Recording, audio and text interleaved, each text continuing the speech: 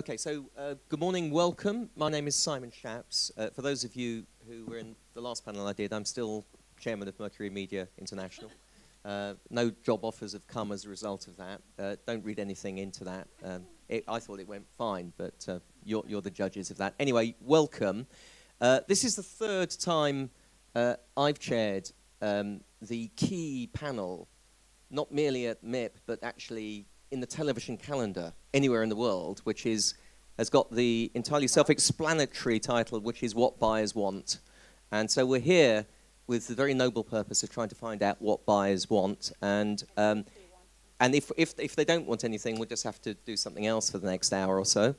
Actually, in the 3 years, I hope this isn't offensive to anybody who's been on any previous panels. I think this is actually, in many ways, the most interesting panel. It's very diverse.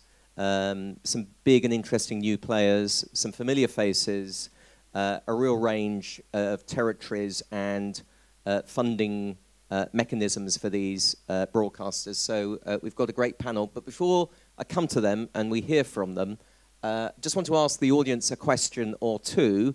Number one, just let's find out where people in the audience come from. How many people here are producers? Looks to me like pretty well the majority. Distributors? Quite a few. Broadcasters? Journalists?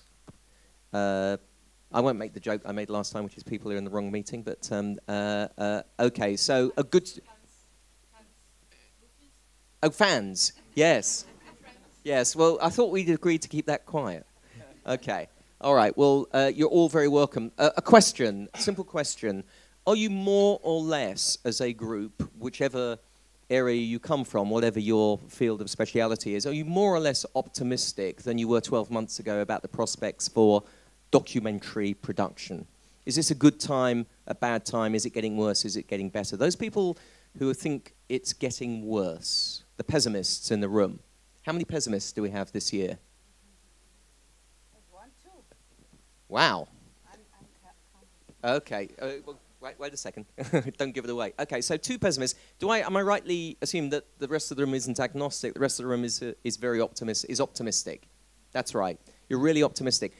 The unraveling of the euro doesn't worry you. The collapse of the dollar. That's what. Okay, so it's a great time for documentaries because the world's going to shit. Okay. Okay. Interesting perspective. You and I just need to keep this going. It's really good. Okay. Just very quickly among the panel, after three, put your hand up if you're optimistic, more optimistic than you were 12 months ago. 1, 2, 3. Right. And Mette, what's going on? Okay. Oh, so you're perpetually optimistic. Okay. Okay. Well, look, that's an absolutely fantastic start because what we've got is a room full of people who think there are opportunities, stuff is going to get better. So now what we really need to do is to find out in what ways they're going to get better and how to focus these opportunities down a bit. So let me just very quickly introduce the panel. To my left, the far left, not politically necessarily, it should be said, is Mark Kozaki. He's the program officer for Alhurra TV, which is the Arab language broadcaster. He's also, it says here, a professor of communications, or an adjunct professor of communications. I don't know what an adjunct professor of communications is, but Mark is one of them. He spent 19 years at Discovery, where for a period of time he was general manager of the Travel Channel, and he's been at Alhurra in one capacity or another now for 2.5 years.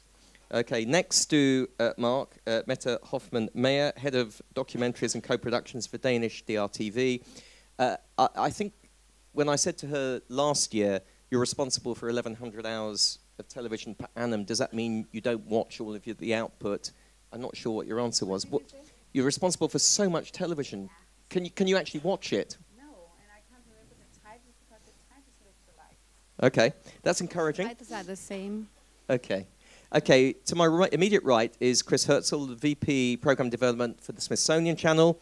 He is responsible for programming and development for all original productions, co-productions and acquisitions for Smithsonian. He's also formerly of TLC, and curiously, was a sports cinematographer for ESPN. What sport? Whatever I was assigned to do, yeah. Oh, okay. I was a sports photographer. Okay, terrific. Okay.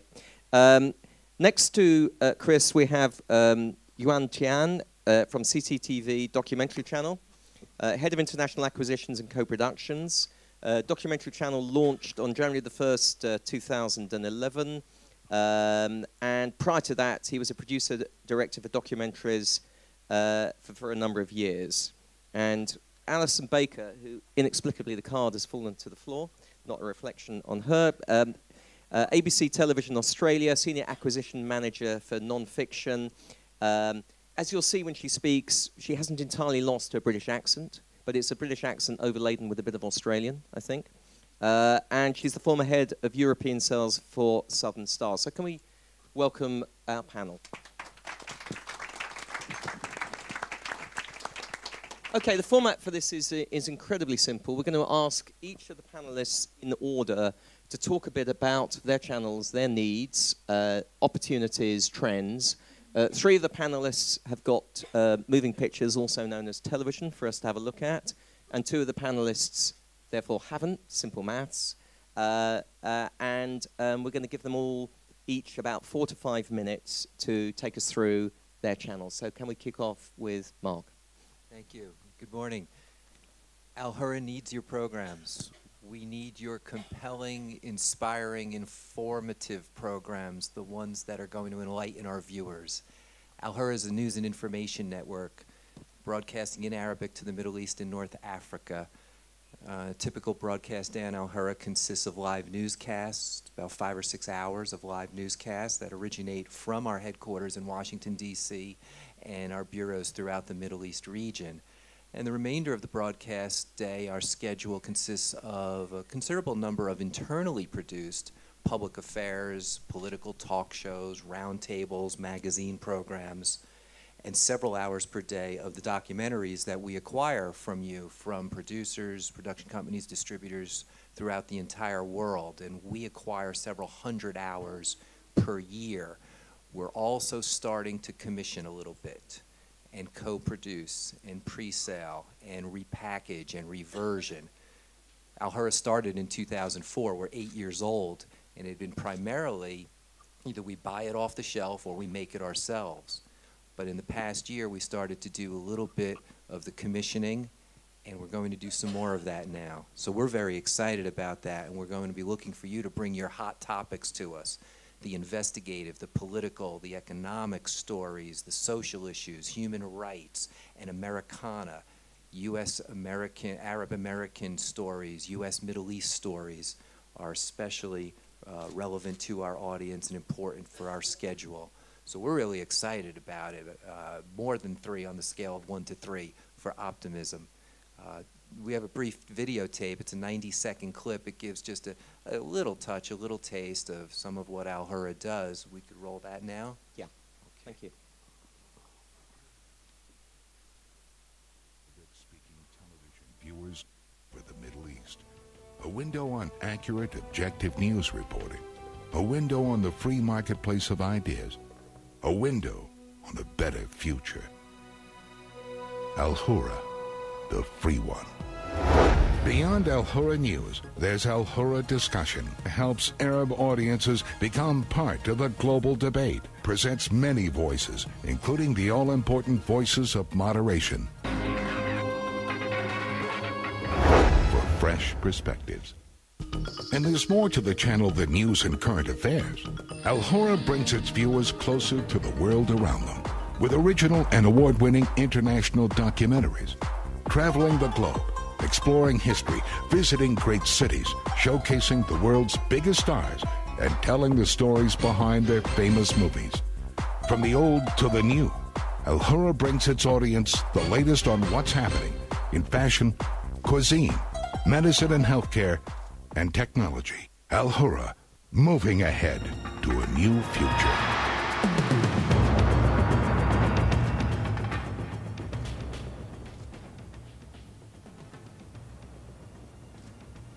And I was saying a moment ago, I like to use the term documentary diplomacy. That's what we're looking to do with content on Alhurra.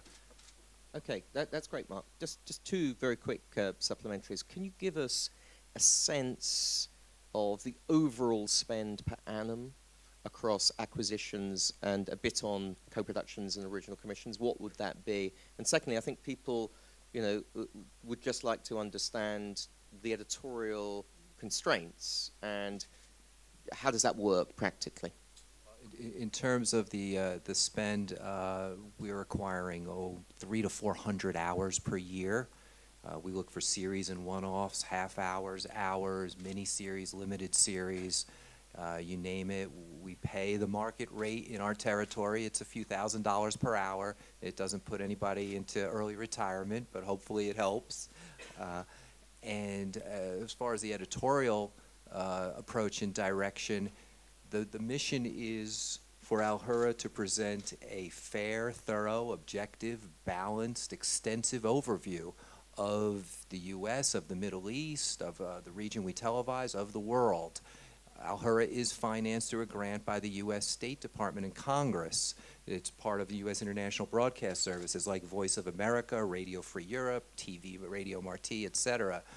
But the credibility of our programming would be compromised if we were not thorough and objective and fair, and viewers find programs on our network that are pro, con, for, against, take every point of view, and there's programs on Alhurra every day and points of view expressed that are even very critical of the U.S. administration, the government, its foreign policy, and that adds to the credibility, frankly, so we don't have a constraint on that at all. Okay, that's helpful. Sorry, we'll come back to questions in due course. Mette. That sounds better than PBS. Interesting. Interesting, Controversial as ever. Yeah. No. Anyway, so I just tell what I do? Yes, please, yeah. So I work for Danish TV, and I'm responsible for the 4 channels, and it is true, approximately 1,100 hours. I work with people, and we have a little group of screeners, and so. But I do screen a lot of films still, maybe a few thousands, every Saturday and Sunday. It's nice. What we are looking for, DR, I mean, you have to think about it a little bit like maybe BBC, but where we acquire much more than they do. So we have DR1, which is a main channel, very big audiences, so it's got to be wide range. We have the big natural history stories there. We have a weekly current affairs strand. We have, we buy factual formats like Blood, Sweat and T-shirts and Undercover Boss and Who Do You Think You Are, and new ones in negotiations, of course, all the time. And we're looking for strong human interest stories. And we have a late, at the moment, sort of a crime investigative strand, also factual, but I think we're going to exit, so we will not be looking. We have Jamie Oliver, we have lots of that kind of stuff. DR2 is maybe, it's not to do with diplomacy, it's actually a channel that wants to do the opposite of diplomacy. We want to push to people's thoughts and minds and question things and maybe be controversial in many ways and to create debate. DR2 has quite many, really a lot of strands. We have a weekly feature doc strand called Documentaries. And in terms of being positive and not positive, I like to say that this is a strand, what is it called, more force feature doc strand. True stories. True stories, a Storyville, or these kind of films in Inside Job and all these big documentaries.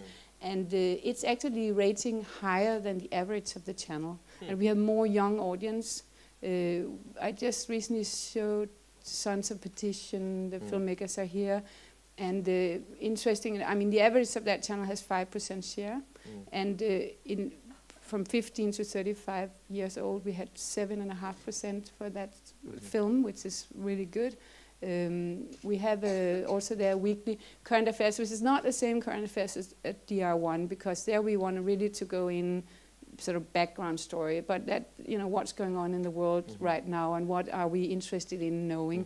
And because Denmark is a little country, we pay little money, but more than you, I think.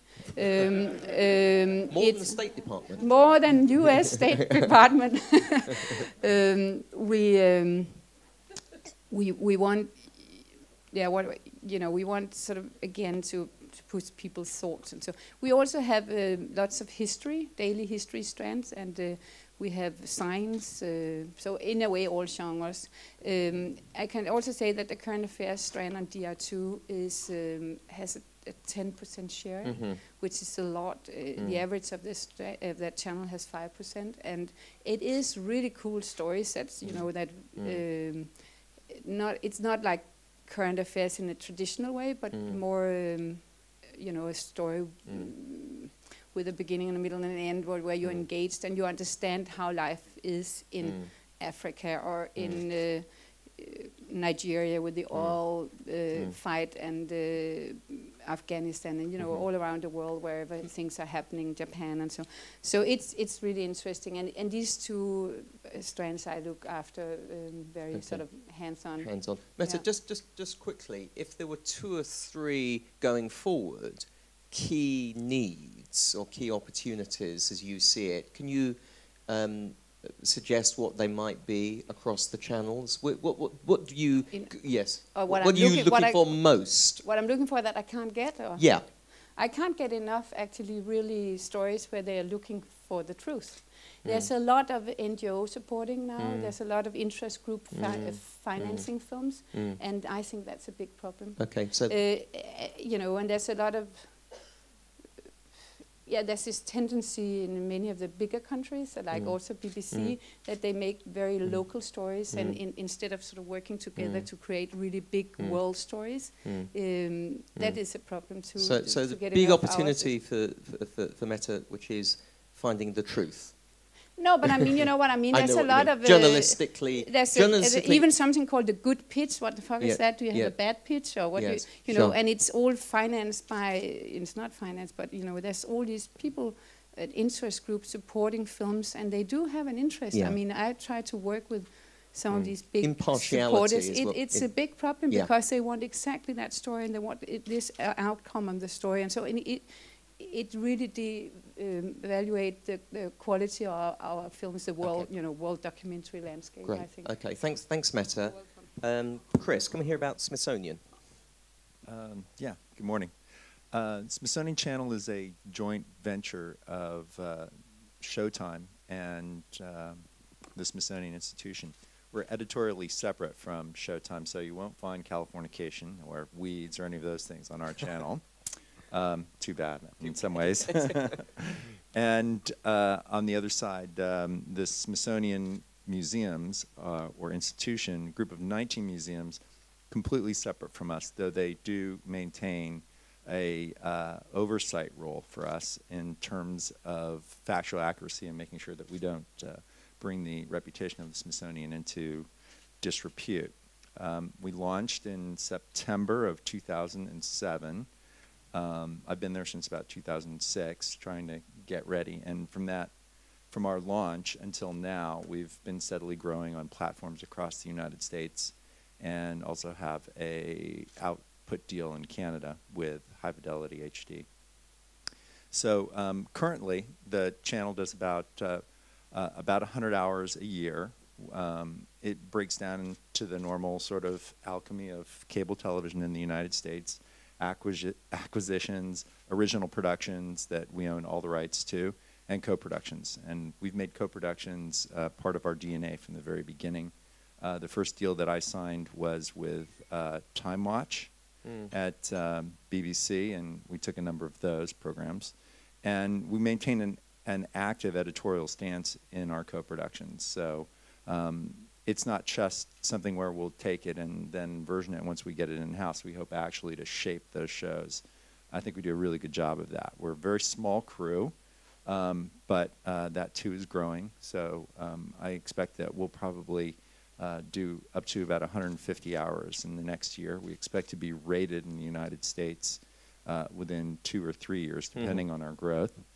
And yeah, we're more than just a boutique channel, I think. Yeah. Okay, and you've got something for us to see? Yeah, I've got a reel I can show you a little bit. I'll just tell you that I watched this with my 10-year-old the other day, and it seemed kind of violent.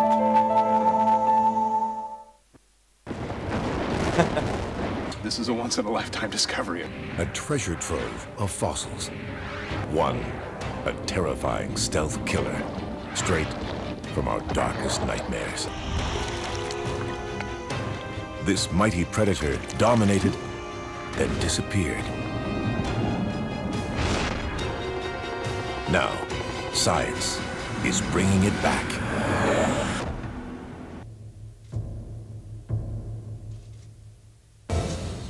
In 1897 Chicago, the case of a missing woman would change the way that criminals are caught. They found a few small bone fragments. The question was, were these animal bones or were they human bones? Forensic anthropology revolutionizes crime fighting, but a century later, it faces one of its biggest challenges, trying to unravel the horrifying crimes of a sadistic serial killer, known as the Killer Clown. He probably killed close to 50 people.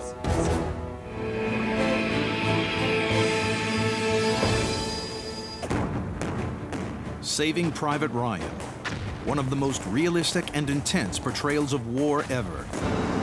The explosive opening scene recreates the agony and terror experienced by Allied soldiers on D-Day. There were a lot of casualties. But did a mission really happen the way it does in the movie? The incredible untold story behind Private Ryan is as dramatic as anything Hollywood could imagine. The film's famous for its realism, but how much of Spielberg's monumental drama is truly accurate? Experts and eyewitnesses reveal the extraordinary true story behind Saving Private Ryan.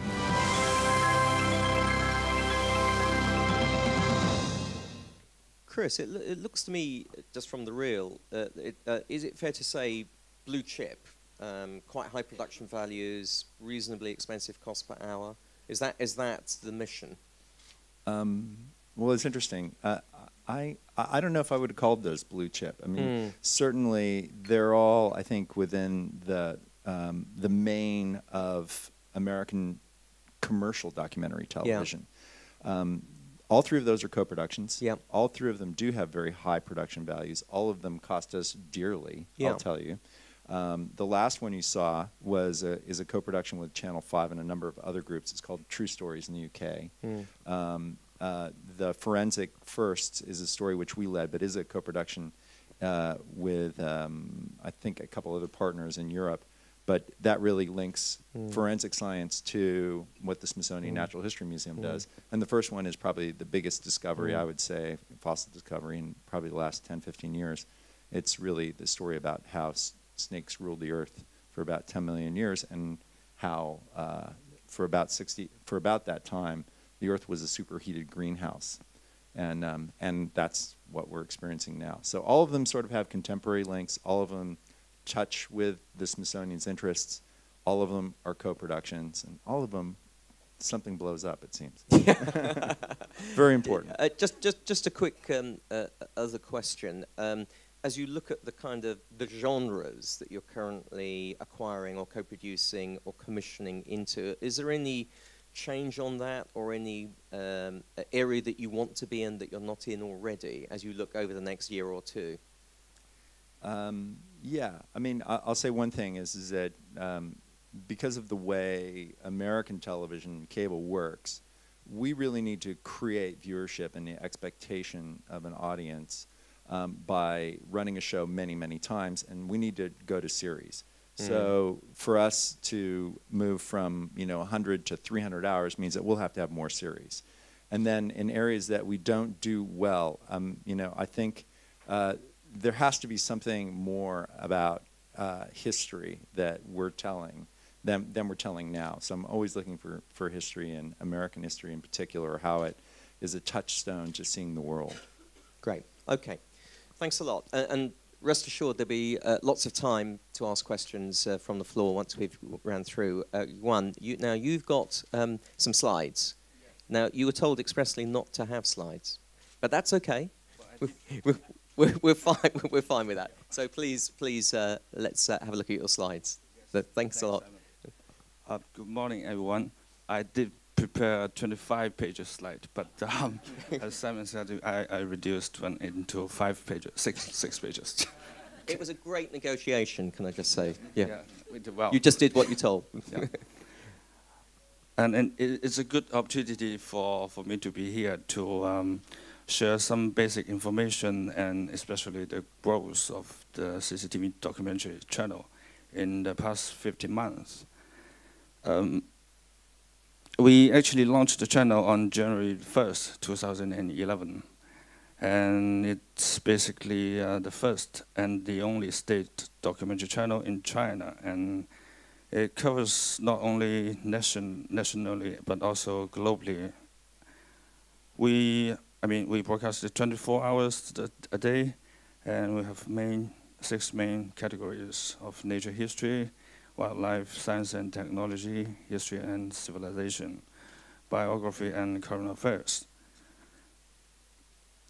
Well, we do have 2 channels actually. The international one technically covers over 60 countries and regions. Technically, we have 25 million subscribers. Well, technically, and for the domestic Chinese channel, we covers 31 provinces all over China and 653 million audience in China. That's not too bad. It's quite good. Well, yeah. And actually, the latest figure of our average daily audience is about 67 million every day. You've got quite a lot of growth potential. Yeah, and even with and that, it's the figure is still growing. I bet. Yeah. And since we launched the channel, we've become the biggest platform of broadcasting documentaries and the biggest platform of production of documentaries and biggest acquisition platform of documentaries and also, as well as cooperation platform of documentaries. And this might introduce you a little bit. That's the acquisitions from international market of 2011. We did acquire 169 titles of 576 hours program from the international market. Well, actually, we broadcast 1 hour every day, but sometimes we do have some special arrangement in bank holidays and traditional Chinese festivals. So we've broadcast like 400 hours last year from foreign programs. And you can see our audience. Well, we are broadcasting mainly the traditional classic documentaries at the moment, especially the iconic titles from like the BBC, the National Geographic. And you can see a lot of them are from the UK and US. Of course, France and the other countries as well.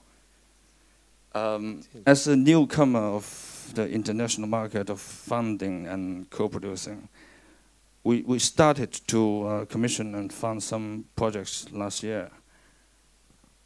And we became co-producers of the BBC and the National Geographic Channel. I think we'll do more in the future. I mean, this year could be. But since it's a quite short panel, we do have a longer section on MIPDoc, and now with CCTV 9, well, my bosses actually will have some longer presentations about the channel and especially about co-producing with the other broadcasters. Okay, yes. well that's really helpful. And by the way, at the end of this, there is an opportunity for people in the audience to meet the people on the panel, and hopefully the people on the panel are cool with that. But so there may be people who will ask you questions. Just a couple of things. First, there's been in entertainment programming some restrictions and limitations of formats and ideas for Chinese television. Is the position on with documentaries more flexible Is it, are there kind of criteria or limitations that people should be aware of when they're thinking about potential acquisitions or even commissions or co-productions for CCTV? Yes, the situation is better than entertaining shows, actually, yes. for documentaries. Yeah. But like I said before, it's a state documentary channel, and the CCTV is the biggest state broadcaster in China, biggest media in China, actually. So we do have our censorship.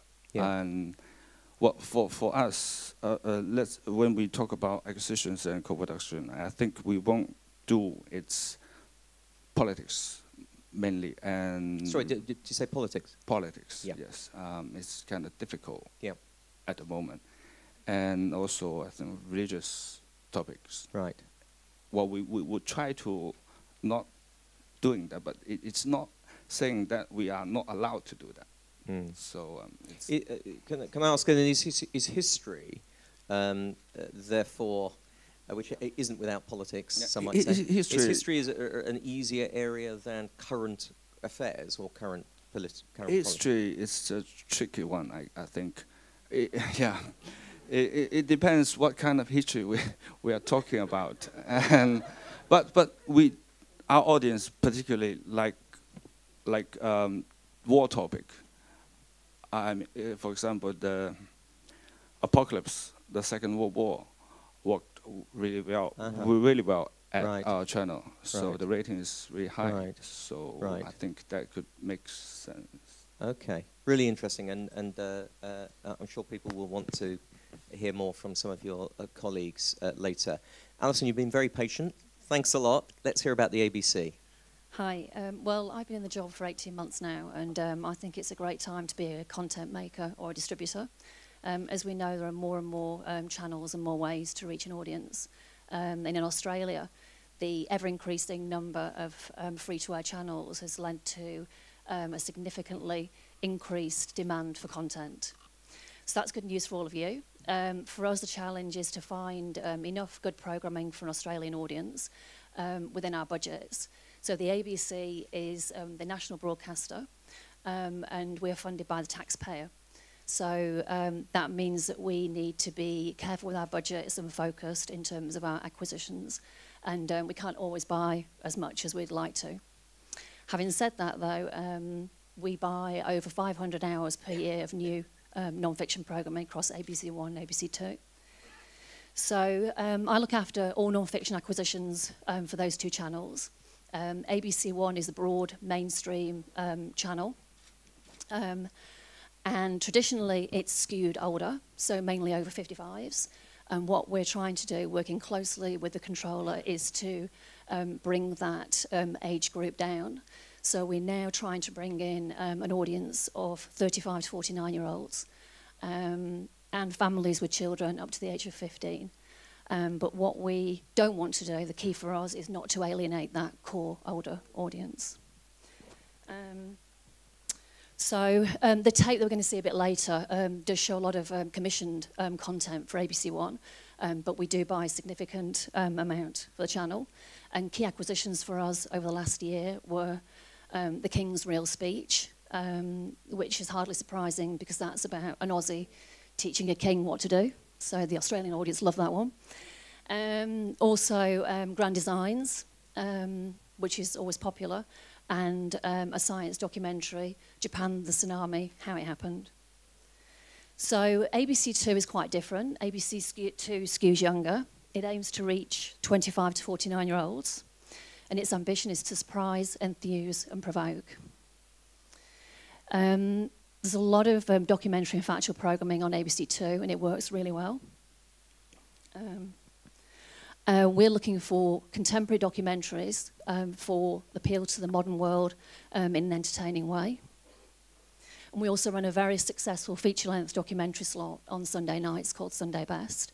As with Danmarks Radio, that's done really well for us.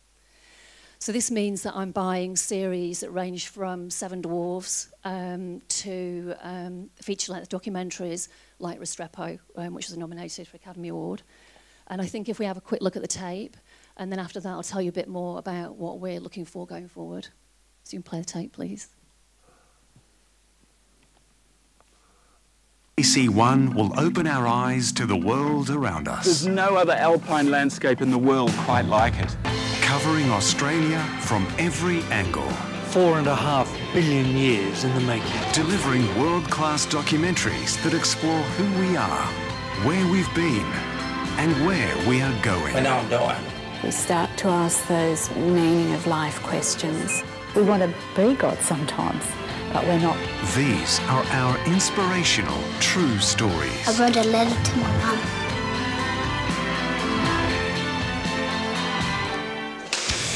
From fashion shots to landscapes, portraits to toy cameras, this competitive new series will sort the genuine artists from the shutterbugs. I'm Andrew Ginsberg. Join me for Photo Finish, the ultimate photography challenge. This scheme's going to involve new families coming to Trundle, paying $1 a week to live in a farmhouse, but have to renovate the farmhouse. None of these houses are livable. It's been a brilliant year for ABC2, and 2012 promises to be even brighter. Done the old hi-ho shit. I'm trying to talk and you keep interrupting me. As I present the docos that'll get the whole country talking on Sunday Best. We're masters of controlled chaos and violence. ABC2, always brighter.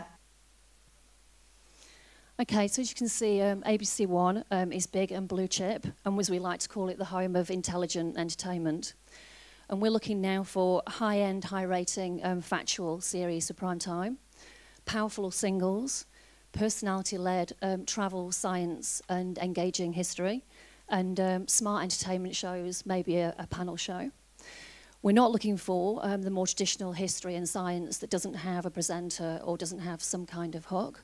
And we're not looking for natural history that isn't blue chip. With ABC2, there's lots of opportunities for sales, albeit for lower license fees, because that is the digital channel. So we're looking for more immersive series. So we like Louis Theroux as well, Cherry Healey. We need more feature documentaries. Anything award-winning from over the last 10 years, any Academy Award-nominated documentaries will do. Quality 1-hour documentaries, both one-offs and singles. Long-running factual entertainment. Overall, though, a sense of fun with strong storytelling and entertainment values. We're not really so interested in foreign language documentaries. We do take a very small amount, and it has to be relevant. And we're not looking for specialist factual, so natural history and science and history. And that's a picture of the ABC. Brilliant. Okay, well, that's completely comprehensive. Now, by some minor miracle, we've got about exactly 20 minutes left. And that means there's plenty of time to ask questions. Can you, when you ask a question, say where you're from and also wait for the mic to come over to you? That would be great. And I hope there's lots of questions. So as somebody puts their hand up, we'll try and identify the next couple of people after that as well to go to. So questions, please. Who's got a question? Over here. And who's got another one? Is there somebody else as well that we can identify? Yeah, there's somebody in the front here as well. But anyway, we'll go to the lady over there to our left.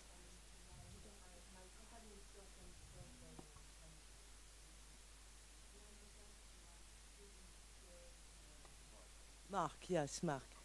I was very interested about what you will broadcast, but the question I would like to know if you are broadcasting the documentaries with subtitle or not. We are dubbing most of our programming, and we want to dub all of it. Some have subtitles, but we would prefer to dub everything into Arabic. Okay, thank you. And that means in terms of origination, it doesn't really matter where in the world the program originates from because you're going to revoice it anyway. That's correct. That's right. Yes. Okay, that's useful. Thanks for clearing that up. In the front here, there was a chap here. What did you want to know first? where I was from? Oh, this was... Yeah, sorry, to say who you are. I'm Daniel Chilla. I'm Daniel Chilla. I come from Sweden. I used to work as a producer within the transmedia, and I'm now turning to documentaries. And I just want to know, are you interested in any participatory drama or anything that has with transmedia that connects the documentary and the participant or the viewer? Who wants to respond to that? Does everybody understand the question? No. Great. Okay. Okay. So let me just, so can you just short. Yes. Sorry. Just drama or documentary that evolves with the viewer, so that turns the viewer into a participant instead of just being a passive viewer. That means that he can influence the documentary. Participative or interactive documentaries. Yes. Yes. That start digitally or have some digital component to them. Yes. Okay. Does anybody want to engage in that, or can anybody engage in that? No? You're not interested. Well, that's pretty clear. Okay. Mark. We're certainly interested in the social media component, and we're looking more and more to have the Twitter, the Facebook, the YouTube, the online, digital, new social media components as part of the platforms of our content. But are you interested in the the viewers actually engaging with the material, or just spreading it as a marketing tool? That's a different take on it. We do encourage their contribution online. Yes. I think. Sorry, go on. For a broadcaster, we don't have the facilities, but we have a big online component. I'm doing this big Why Poverty in November, and there we are trying to build a really cool site where people, when you have watched in Sweden the films about poverty, you can go online and talk to people in Namibia or Brazil or whatever, both chatting, but also real conversations, so a real dialogue. So that's a thing we're building with Google at the moment, and that's sort of an experience. I hope it will work, but we're trying.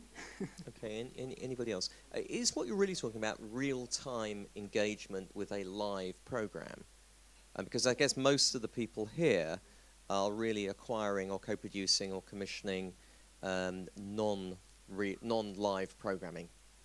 But there's this live feed, but there's also the fact that you can have the audience interact with the material, and also engaging with the material and the people, like you're talking with, where you have a discussion about, and you can ask live questions. They do not necessarily have to be live. They can also be posed, and then you can film the answers, and then you come back. So it doesn't necessarily have to be live shows per se. So it's all this thing where you watch whatever it's on TV on your computer, and you can press the person, and you get the whole background of the whatever. That would be one component. Yeah. Yeah. Okay. Great. Thanks. Other questions? Somebody, sorry, behind the pillar. Sorry, I can't see. Hi. Hi, Christine Dewey with Roco Films. I know a lot of you are now taking streaming rights with your broadcast rights when you do your deals. And I'm wondering if each of you would be willing to comment on what you're seeing in terms of trends around of your audience. How often are they watching the broadcast versus the streaming version, and what kinds of trends are you seeing there? Thank you. Okay. Who wants to kick off? Alison, can you Hi. come back this way?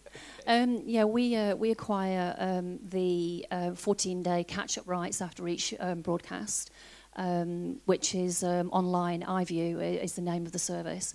I don't have the latest facts and figures, but I know that it's really successful for us, and it's what our audience now expect to be able to catch up and watch those films. And I think that has proved to be pretty successful, particularly in terms of those feature-length documentaries that I know Roco distribute. How about one CCTV and catch-up or streaming? I think, as I mentioned, we just started co-producing, so I think it's still too complicated for us to do this at the moment. So we'll learn. Okay, Chris.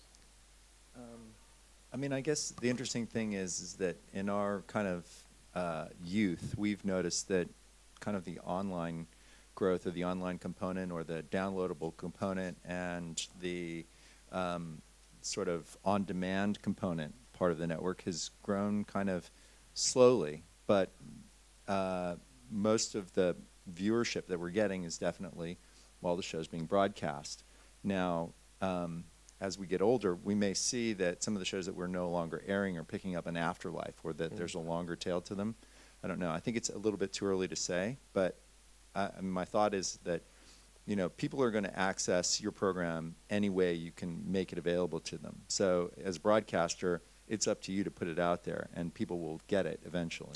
And also, as you said earlier, you have a fairly extensive repeat cycle. So there's it's not an appointment of you necessarily. You're going to be running most of your shows any number of times over the subsequent weeks. Yeah, I which mean, is a form of a traditional form of catch-up. Yeah, I mean, I guess the whole thing is for us is, you know, when you're doing 100 hours a week or 100 hours a year, you know, you're going to have to run it a lot.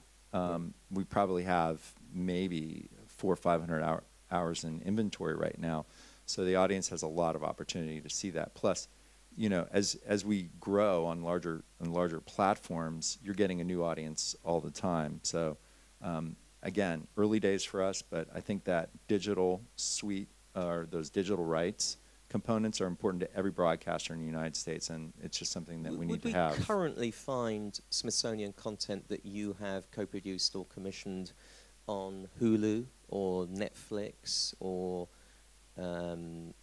iTunes? Hulu, no. And I believe CBS, which is the corporate parent of Showtime, is not a big fan of Hulu. No. iTunes, yes. Right. Netflix, possibly. Some of the earlier things that we do. But again, you know, these are in some ways competing platforms, not only against each other, but against the broadcasters, you know, broadcast. So it's, I think when these programs get older, you will see more of that happening. Or if we get more inventory, you'll see it move quickly to those other platforms. I suppose from a producer point of view, they might say competing for the broadcaster, but additive or complementary for the producer, potentially. Yeah, I mean, I think that, you know, as producers, if you can't sell a show or you don't desire to sell a show to a broadcaster, there's other places that you can find an outlet now. The real question is, you know, is that financially a feasible market for you? I don't know. Yeah. Okay, Mette. Yeah, I don't. Also, not only economically, because it is a very, very limited audience you get. I mean, if it's only out on the internet, I think. I mean, a lot of our films are at Netflix eventually, but in Denmark we do acquire the streaming rights for 30 days, and but it's still very limited. It is increasing, but also is viewing on TV. We get more viewers, more and more every year, and you know, people are watching more hours, and so. I don't know. It's difficult because a lot of producers put lots of effort into all these alternative distributions, and and if we say something as a broadcast, it's because we don't want that. But I do want that. I think documentaries should just be seen in a way like an old hippie way, you know, just as many platforms as possible at the same time, because it's a limited audience we have to on single documentaries. But you know, I don't know. I think the effort put into alternative distribution is much bigger than what actually comes out of it at the moment. Okay. Mark? We don't have program-specific information of our online viewership. We do know that it is increasing, and we are seeking the live online streaming rights, essentially a simulcast of our television broadcast, geographically blocked limited to our region. Okay. Christine, did you want to come back on that, or does that answer it for you? That answer, great. Okay, so there's a question here, and there was a question over there after that. Yes, hello. Hi, I'm Sonia Kriplani. I'm a producer based out of UAE, and my question goes to Mr. Mark. What if you're getting your crowdfunding off the internet, and you have committed to your audiences because you don't want editorial control that you're going to give them a DVD of the program? How would that be worked out with something like Alhurra TV? I'm sorry, I'm not sure I'm understanding the question. One of my programs is being crowdfunded right now. It's called The Whale Threat, and we found that even in our first day, we've got like 25,000 commitments. So we have promised 25,000 DVDs the moment the film is made or goes to the festivals. Can Alhurra then commit to or want to take a project like that for television for your as television content, or is that out of the question because we've used the internet? No, that's not out of the question at all. No, we're very receptive and open to that possibility. Yes. Thank you. Yes. Great. The question here. That's cleared that one up. I'm Pushpendra Sharma from Flute Song Media, India. Just want to ask a question. I'm a first-time producer of documentary content.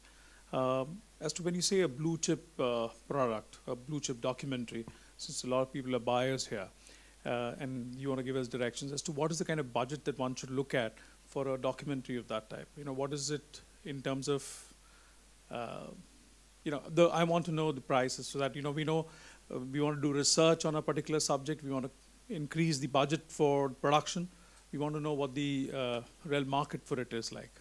Okay. Does anybody want to tackle that as a sort of broad principle? We've also got, I hope he doesn't mind me saying, Peter here, who's probably got the answer, but maybe too modest to tell us what it is. But does anybody on the panel want to come back on the price range for blue chip to give some guidance to our producer? Yeah. I don't know, the big natural history, since you're a co-producer of the big BBC natural history, you should know the budgets overall. But I think the big sort of, you know, BBC, it's several million pounds for per hour. But, you know, that's sort of this really fantastic HD, take years to do Frozen Planet and stuff like that. But I think in average for a documentary, with a good budget, it's 400,000 euros or something, 400,000 euros. And then there's a lot of really good documentaries that are much cheaper. Yeah, does anybody else want to add to that, Alison? No, I think I would agree with that. You concur with that? Yeah, it's those blue chip reels, those documentaries that have, you know, huge budgets and took years to make, and I think, as Mette said, can go into the millions, and yeah, there's not many of them around. What was Frozen Planet? Does anybody know what Frozen Planet was per hour? What, thank you very much. £1.5 million. Okay, £1.5 million per annum, per hour. Okay, per annum would be slightly different. Okay, yeah. Okay. There was another question. I think I saw. Oh, hello. Yes.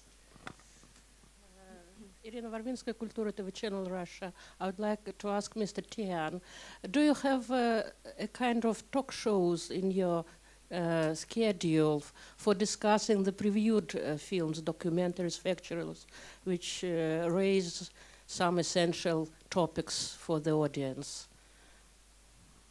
Besides, my idea, besides broadcasting, do you discuss this, what is broadcast?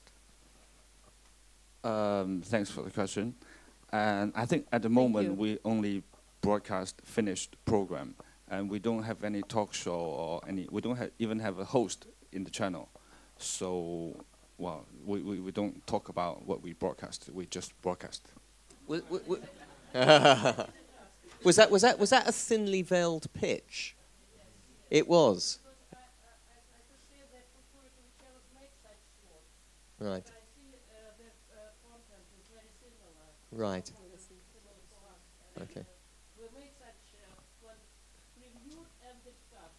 Right. Maybe in due. Very good. Maybe in due course. Well, okay. Sorry. Well, just actually, within CCTV, we are not the only channel that broadcasts documentaries.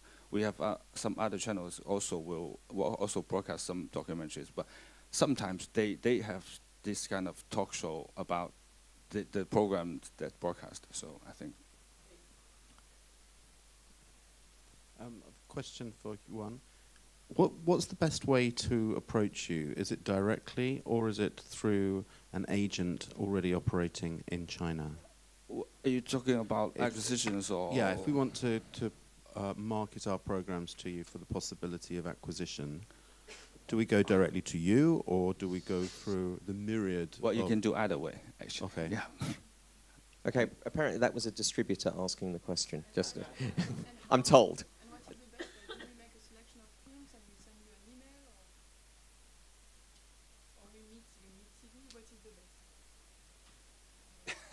I say it's good to meet people face to face, but we do respect the emails that you send to us. Yeah.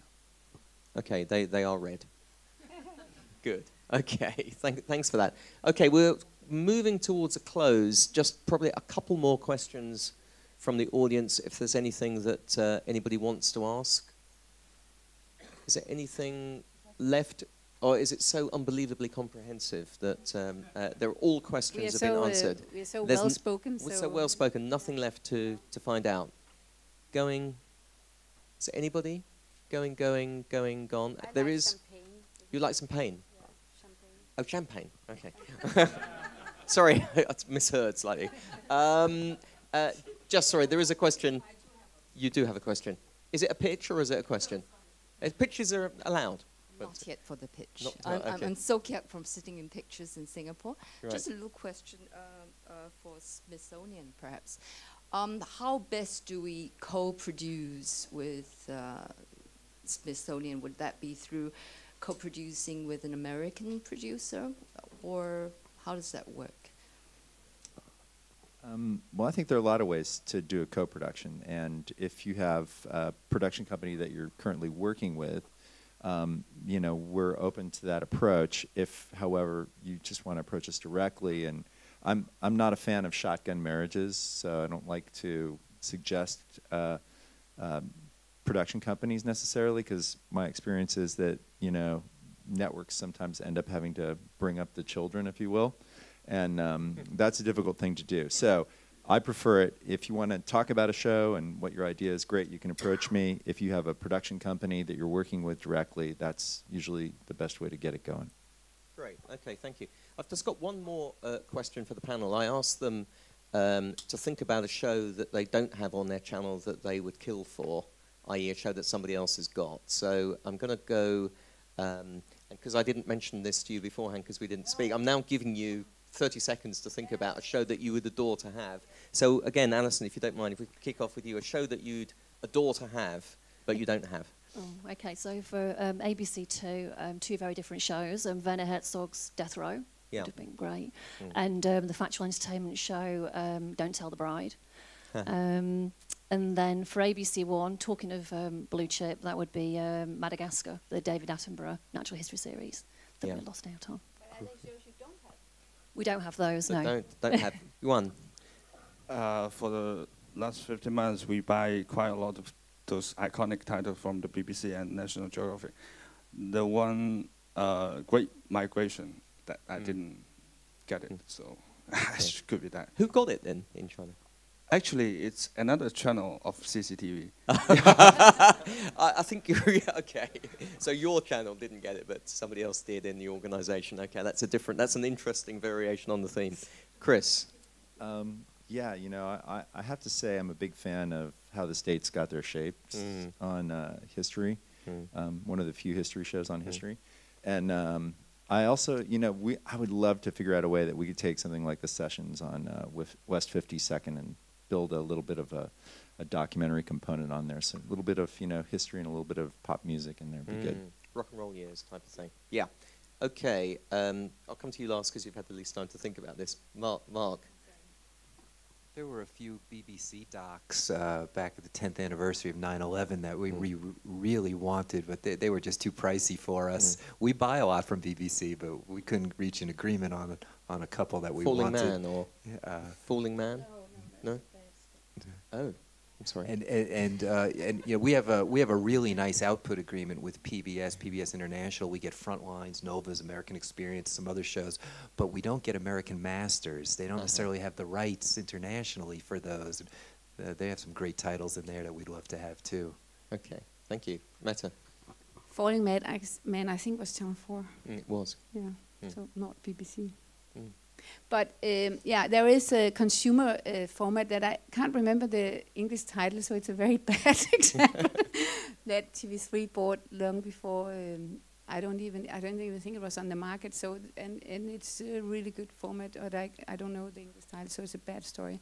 But then what we have, my challenge is that a lot of the big feature doc strands there's often a very long holdback before we get them. You know, so things like the floor, or you know, things like if we get them 2 or 3 years later, it's not really topical. So we'll never get to show them, and nobody will show them. So that's sort of my biggest challenge, is these holdbacks for, you know, non-existing theatrical releases in Europe. Got you. Yeah. Okay. All right. The panel have kindly agreed to stay behind for 15, 20 minutes after this in that area over there to meet people. I'm told by the organisers that this is a fast meeting. It's not a long conversation. It's deemed to be an exchange of business cards and 2 or 3 minutes. So they're very kindly agreed to stay on. And can I all ask you to show your appreciation for a great panel? Thank you very much.